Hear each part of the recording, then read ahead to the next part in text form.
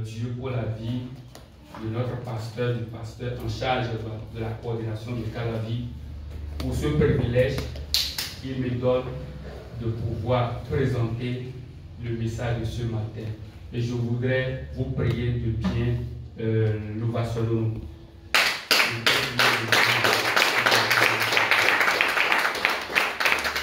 Je voudrais aussi apprécier tout ce qui se fait ici à Calavi, de loin, que nous sommes dans la chair, en esprit, nous sommes ensemble et nous suivons et nous prions pour vous et nous croyons, c'est de la même manière que vous priez pour nous.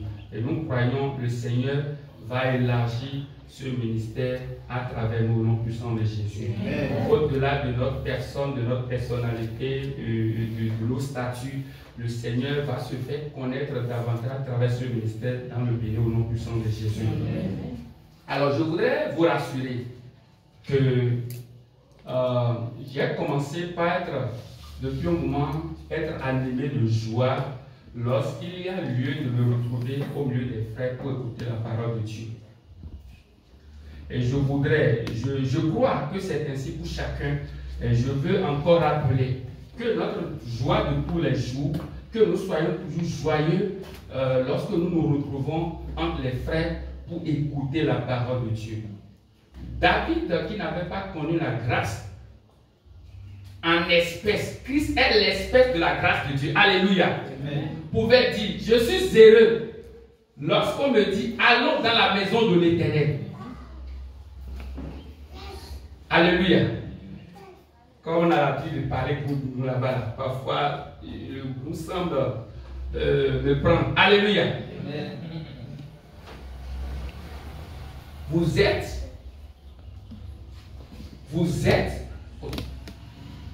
je suis dans la joie quand on me dit, allons dans la maison de l'Éternel. Je suis dans la joie, au-delà de cette capacité de guerrier. Il dit, je suis dans la joie quand on me dit, allons dans la maison de l'Éternel.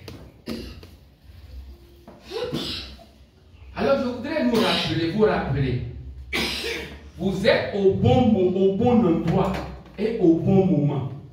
Vous êtes au bon endroit et au bon moment. Le bon endroit pour un homme sur terre, c'est d'être là où on parle de Dieu. Là où on parle de son Créateur, si jusque-là, il ne l'a pas découvert en tant que son sauveur. Et alors, quant à nous, qui sommes déjà sauvés par grâce, nous devons savoir que le bon endroit où nous devons souhaiter nous retrouver, au-delà de nos affaires personnelles, c'est entre les frères, écouter la parole de Dieu. Écouter la parole de Dieu, c'est grandir encore davantage dans la connaissance que nous avons déjà. Amen.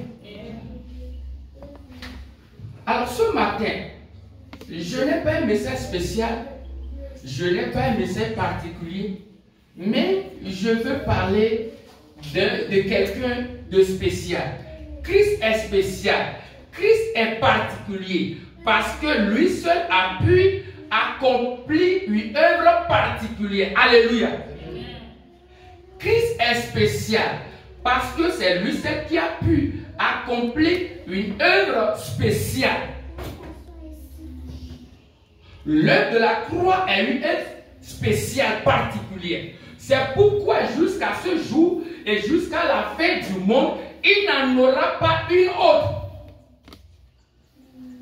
Alléluia.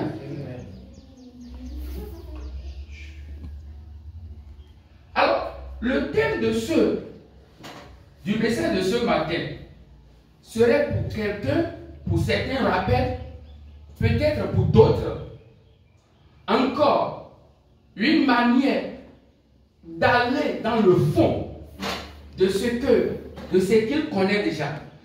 Alléluia. Je l'ai intitulé la justice de Dieu. La justice de Dieu. La justice de Dieu. Alors, j'ai eu à l'esprit que nous utilisons rapidement un slogan. Une fois justifié, justifié pour toujours. Répétez après moi s'il vous plaît. Une fois justifié, justifié pour toujours. Une fois sauvé, sauvé pour toujours. Une fois sauvé, sauvé pour toujours. Alléluia. Le formateur d'hier nous exhortait, ok, à écrire dans notre âme les paroles qui nous inspirent de joie. Donc, l'assurance de notre justice est ce qui impacte notre âme, est ce qui renforce notre âme. Parce que nous avons l'assurance que nous sommes déjà sauvés en esprit. Alléluia. Donc, l'assurance de notre salut, de notre justice dans le Seigneur disons, est une manière d'arroser notre âme. Alléluia. Est une manière d'arroser notre âme. Alors, quand nous parlons de la justice de Dieu, alors, la justice de Dieu vient du verbe justifier. Elle est définie par le dictionnaire qui dit rendre juste par l'action de la grâce. Rendre juste par l'action de la grâce. Ce qui m'a intéressé, lorsque je cherchais cette définition dans le dictionnaire, rendre juste par l'action de la grâce. Le dictionnaire, qui n'est pas un document biblique, mais va reconnaître que la justice de Dieu est une grâce. Alléluia. La justice de Dieu est une grâce. La justice de Dieu que Dieu donne à l'homme est une grâce. L'homme, pour avoir la justice de Dieu, ce n'est pas par ses œuvres, ce n'est pas par ses mérites, ce n'est pas par l'obéissance à la loi. Et quand nous parlons de la justice, nous parlons des œuvres, de l'obéissance, de la loi, nous voulons parler de la justice de soi ou bien la justice des hommes. Pour dire la justice de Dieu est différente de la justice des hommes ou bien la justice de soi. La justice des hommes est basée sur la capacité humaine à obéir, à respecter les différentes lois ou préceptes à observer. Amen. La justice de Dieu est différente de la justice des hommes ou bien la justice de soi. La justice de l'homme bien de soi se refait à la capacité humaine. Malheureusement, Dieu va dire que la justice de l'homme est une souillure devant lui. Alléluia. Ce qui dit, l'homme ne peut pas être justifié par ses œuvres. L'homme ne peut pas être justifié par sa performance. L'homme ne peut pas être justifié par son élégance. L'homme ne peut pas être justifié par son savoir-faire, par son charisme. Mais l'homme est justifié par la foi en Jésus-Christ. Alors, et quand nous parlons de la justice de Dieu, nous pouvons comprendre que c'est Dieu l'initiateur de la justice des hommes en lui. Alléluia. Quand nous parlons de la justice de Dieu, c'est pour dire, pour les hommes, cela veut dire que c'est Dieu qui détient la justice dont les hommes ont besoin en lui.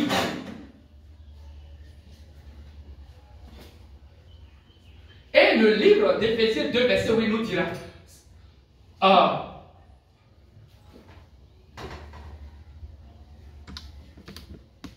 Éphésiens 2, verset 2.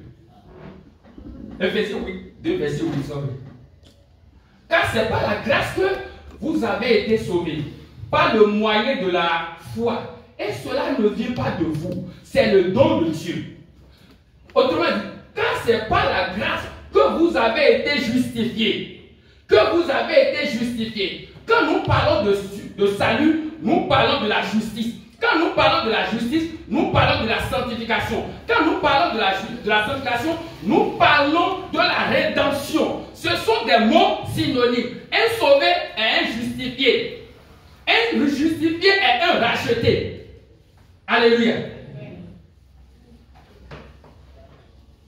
Car c'est par la grâce que vous avez été sauvés, par le moyen de la foi. Et cela ne vient pas de vous, c'est le don de Dieu. La justice de Dieu est le don de Dieu. La justice de Dieu est un don que Dieu présente, que Dieu a présenté à tous les hommes en Jésus-Christ. La justice de Dieu n'est pas une mérite, n'est pas basée sur la capacité d'un homme à respecter, d'un homme à bien faire, à suivre les règlements intérieurs ou autres. Non.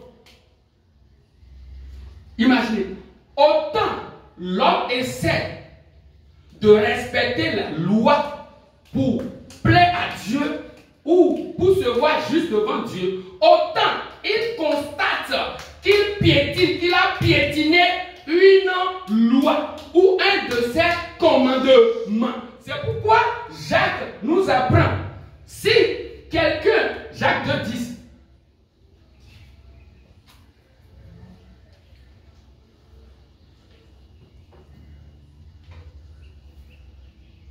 car quiconque observe toute la loi, mais pêche contre un seul commandement, devient coupable de tout. Car quiconque observe toute la loi, pêche contre un seul, devient coupable de quoi? De tout. Alléluia. Alléluia. Il est donc clair que la justice de Dieu ne peut pas être obtenue par l'observation de la loi, d'une loi quelconque. Et nous avons vu que Moïse même a échoué. Alléluia. Je prie que ce matin, Dieu ouvre notre entendement au nom puissant de Jésus. Lorsque nous allons rentrer davantage dans le fond de la grâce de Dieu, je vous assure, il n'y a plus rien qui puisse nous troubler, qui puisse nous inquiéter. Autrement, nous sommes c'est-à-dire nous voyons tous les jours délivrer des mensonges de la religion. Amen. Alléluia.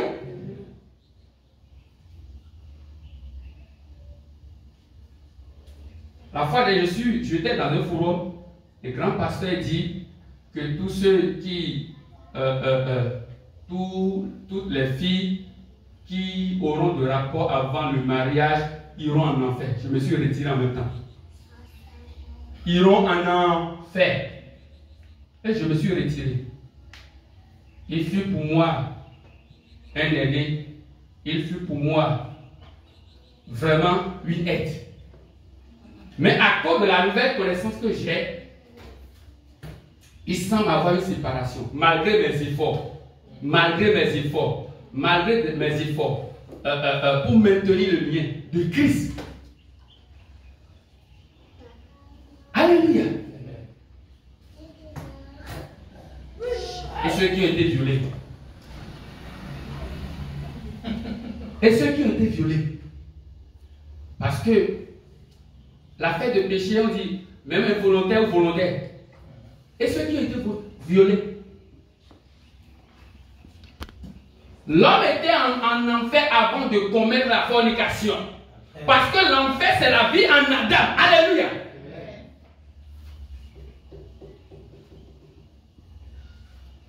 Donc, rapidement, nous allons étudier notre thème de ce matin dans le livre de Lévitique. Lévitique 16, verset 21. Nous allons partir de l'Ancien Testament pour voir la justice de Dieu. Pour voir. Aaron posera ses deux mains sur la tête du bouc vivant. Il confessera sur lui toutes les iniquités des enfants d'Israël et toutes les transgressions par lesquelles ils ont péché. Il les mettra sur la tête du bouc, puis il le chassera dans le désert à l'aide d'un homme qui aura cette charge. Alléluia. Aaron va imposer les mains sur la tête du bouc. Et ensuite, il va confesser quoi? Les péchés de qui? Des enfants d'Israël. On voit ici le transfert des péchés des enfants d'Israël sur le bouc. Alléluia. On voit ici le transfert des péchés des enfants d'Israël sur quoi? Sur le bouc. Les enfants d'Israël ont péché. Maintenant, Dieu, pour les sanctifier, pour les pardonner, a recommandé à Aaron alors d'imposer ses mains sur la tête, ok, du bouc. Et sur qui? Sur le bouc sur lequel il va faire quoi? Confesser toutes les iniquités des enfants d'Israël et toutes les transgressions. Alléluia. Amen. Alléluia. Est-ce que vous êtes ici? Yes. Le bouc choisi a été choisi par Dieu. Le bouc a été choisi par Dieu pour remplacer les enfants d'Israël. Alléluia. Le bouc révélait ici la personne de Jésus-Christ.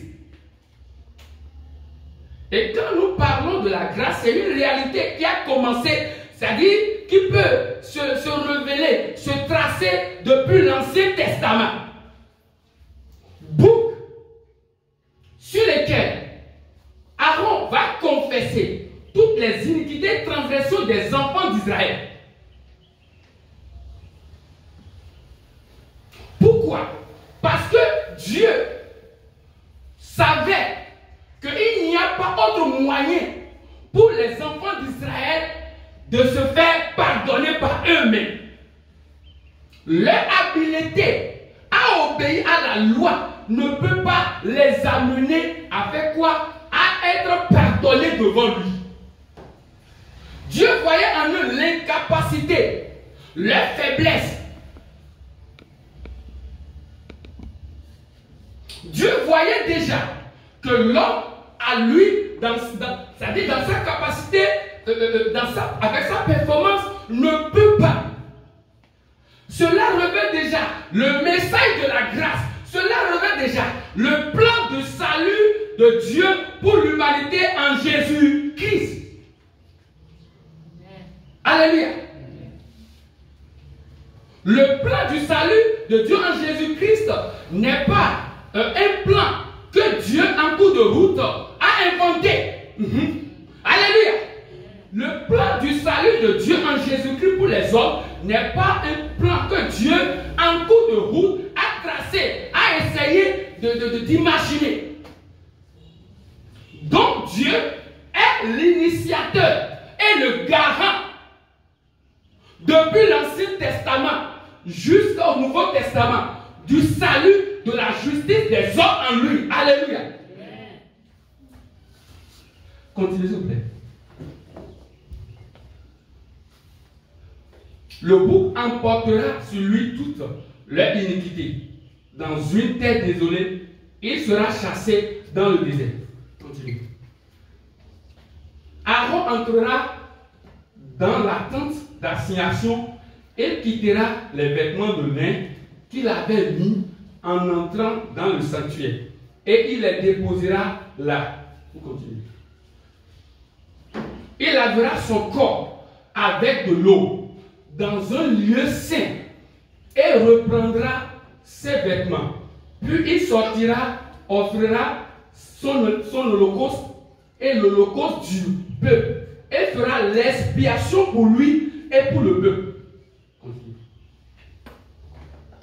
Il brûlera sur l'autel la graisse de la victime expiatoire. On continue. Celui qui aura chassé le bouc pour Azazel lavera ses vêtements et lavera son corps dans l'eau. Après cela, il rentrera dans le camp. Oui. On emportera hors du camp le taureau expiatoire et le bouc expiatoire dont on a porté le sang dans le sanctuaire pour faire l'expiation, et l'on brûlera au feu leur peau, leur chair et leur excrément. Oui. Celui qui les brûlera lavera ses vêtements et lavera son corps dans l'eau. Après cela, il rentrera dans le camp. Alléluia. Alors, quand nous voyons bien, nous observons le passage de 21 à 28, ce que nous devons retenir, c'est que Dieu est celui-là qui a tracé le plan du pardon des enfants d'Israël. Vu leur incapacité, vu leur faiblesse, Dieu, dans son amour, a trouvé, a jugé bon et a recommandé à Aaron de saisir, de prendre ce bouc sur lequel il va mettre ses deux mains et confesser les péchés, toutes les iniquités et transgressions des enfants d'Israël. Et quand le bouc sera tué, il aura le sang versé. Alléluia. Et nous devons comprendre que ce qui va assurer le pardon du péché des enfants d'Israël, ce n'est pas uniquement le bouc, mais c'est le sang versé. Alléluia. Ça veut dire quoi? C'est le sang.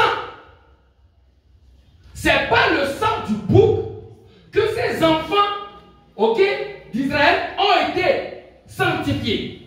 C'est pour dire, s'il n'y a pas le sang coulé, il n'y a pas pardon du péché. Et Jésus, et nous pouvons constater cela dans la mort et la résurrection du péché. C'est pourquoi, la résurrection des morts, c'est pourquoi la Bible va nous dire, ce n'est pas le sang corruptible, nous n'allons pas lire, mais pas le sang précieux de l'agneau de Dieu, que nous avons été justifiés, que nous avons été rachetés,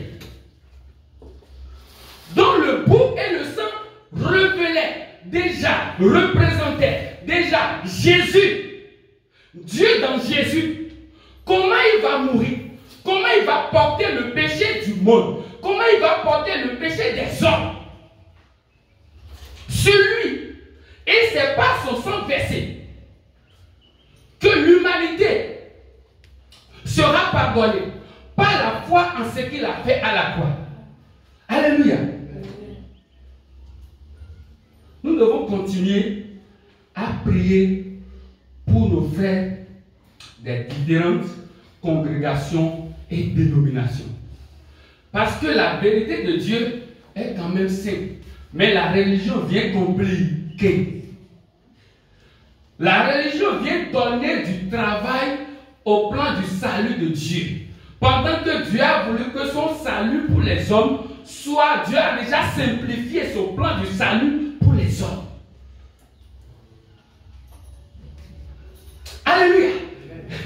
Dieu n'a pas demandé aux enfants d'Israël, une fois le bouc tué, qu'ils viennent confesser. Alléluia.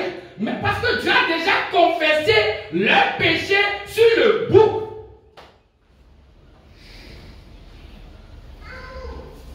Alléluia. C'est de la même manière, Dieu a confessé tout le péché de l'humanité sur Jésus. Et il faut à l'homme de croire et non de faire la récitation des péchés. Des grands-parents, péchés passés, futurs, présents. Et déjà, la religion amène les hommes à prévoir ou bien être conscients qu'ils vont toujours pécher. Et par conséquent, on confesse d'avance. Alléluia. Dieu pardonne-moi pour les péchés que je vais encore commettre.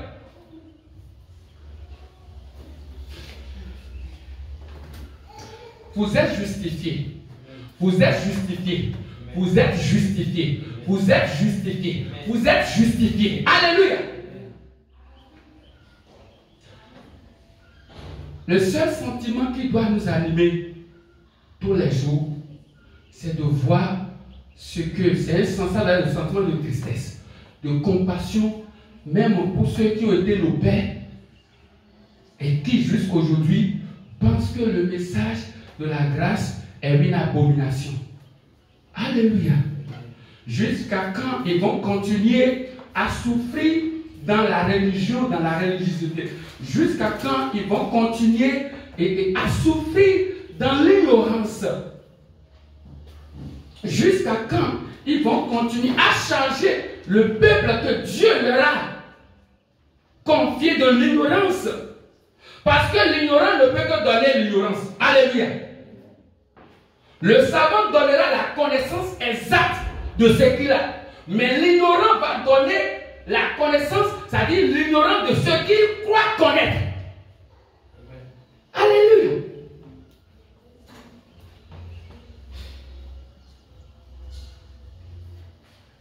Quand chaque fois je me réfère à ce que Christ a fait, j'ai l'habitude de dire aux frères, on n'est pas n'importe qui. Alléluia. On n'est pas n'importe qui. On n'est pas n'importe qui. En Christ, on n'est pas n'importe qui. Vous n'êtes pas n'importe qui. Vous n'êtes pas n'importe qui. Cela ne dépend pas de votre âge, de votre rang social. Mais ça dépend de la personnalité de Christ en vous. Je vous assure, la connaissance de ce message simple, disons, est une amie, est une puissance. Moi, depuis environ 2 semaines, j'ai traversé vraiment des situations que je n'espérais pas. Je peux dire le premier, j'ai dit Seigneur, en 2025, je ne veux plus parler des problèmes. Alléluia! En 2025, je ne veux plus parler des problèmes. C'est ce que je me suis décrété. Mais les problèmes sont venus, non pas par ma faute, par mon entourage. Et j'étais au sang. Je vais appeler le président. Alléluia.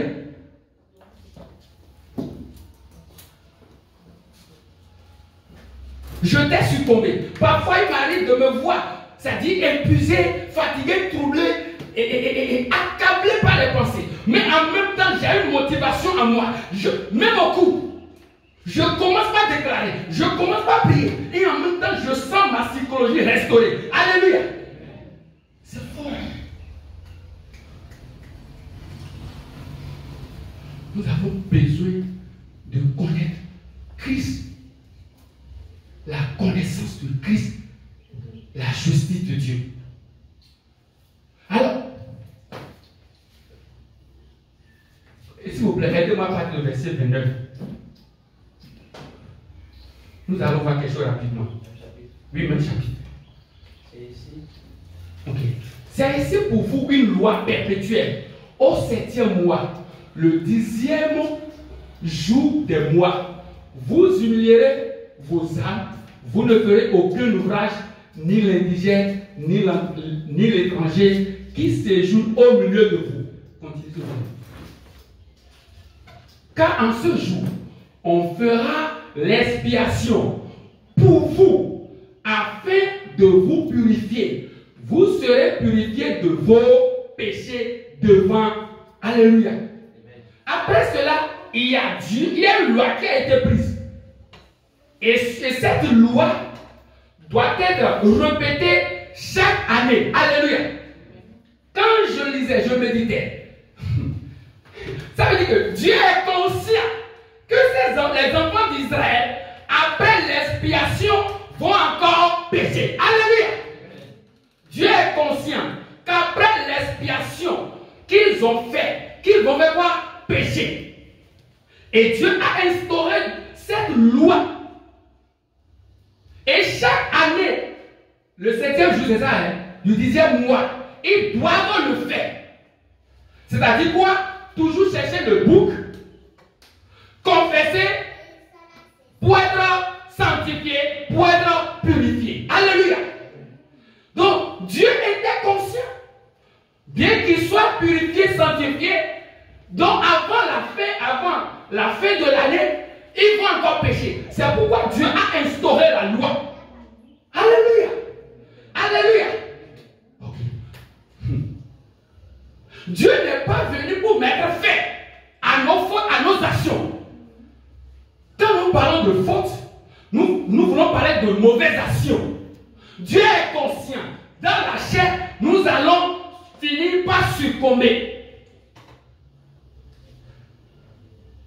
Et quand j'ai parcouru, je n'ai vu nulle part dans ce passage où Dieu a dit, avant la fin de l'année, tous ceux-là qui auront péché seront frappés par telle maladie ou bien peste.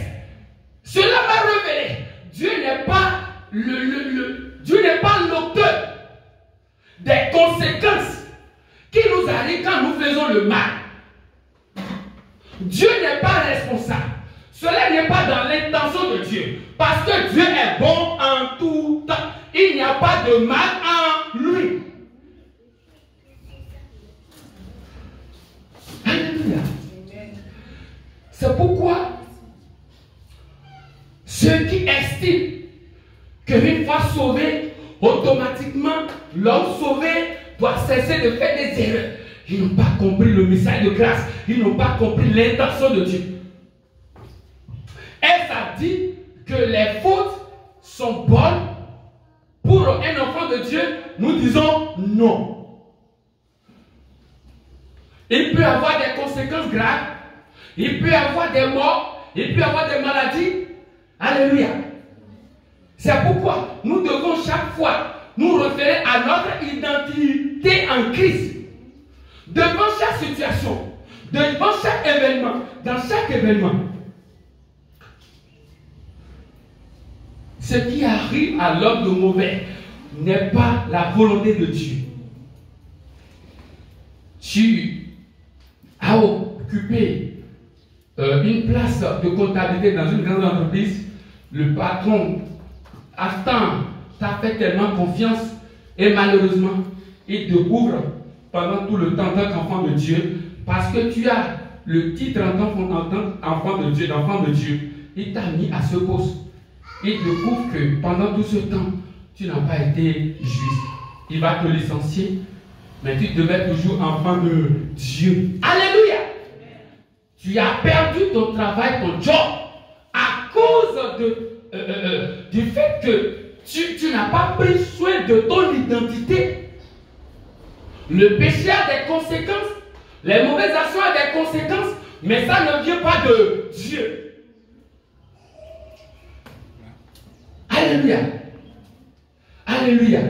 La justice de Dieu. La justice de Dieu. La justice de Dieu n'est pas venue au temps de Jésus. Mais la justice de Dieu était pour les hommes, était le plan de Dieu depuis l'Ancien Testament.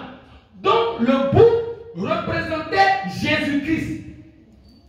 Le bouc représentait Jésus-Christ. Le sang, pourquoi chaque année il devrait répéter ce sacrifice ou bien cette expiation, c'est à cause de la qualité du sang.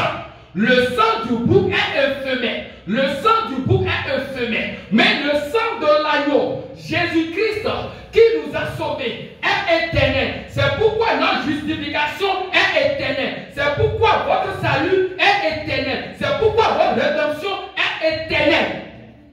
Alléluia.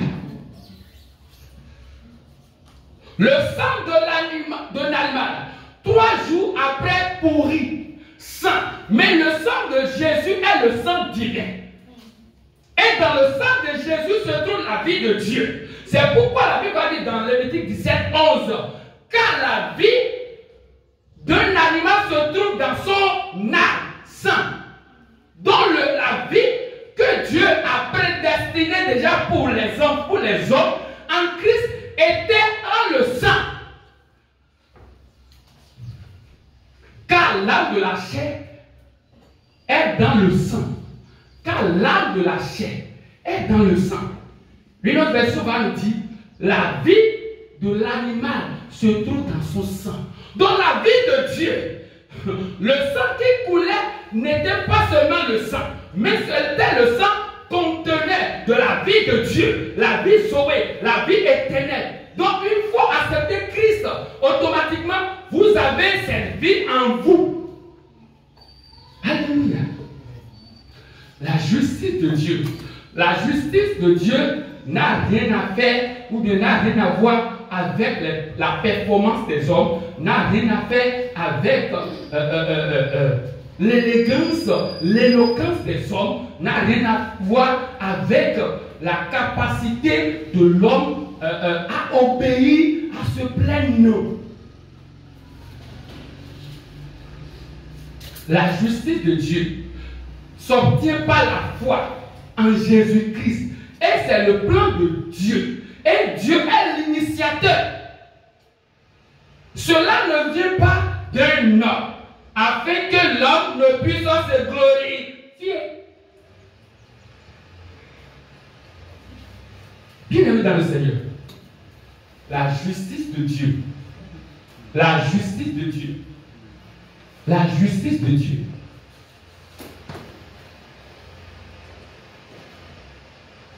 La justice de Dieu s'obtient par la foi. C'est l'initiative de Dieu pour les hommes. Et ça a commencé depuis l'Ancien Testament. Alléluia. C'est le plan de Dieu. C'est la volonté de Dieu. C'est le cœur de Dieu. C'est le souhait de Dieu pour les hommes. Uniquement par la foi en Jésus-Christ. Uniquement par la foi en Jésus-Christ. Alléluia.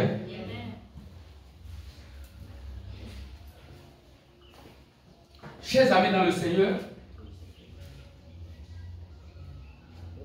voilà donc ce que le Seigneur a mis dans mon cœur à partager avec tous, chacun de nous ce matin, la justice de Dieu.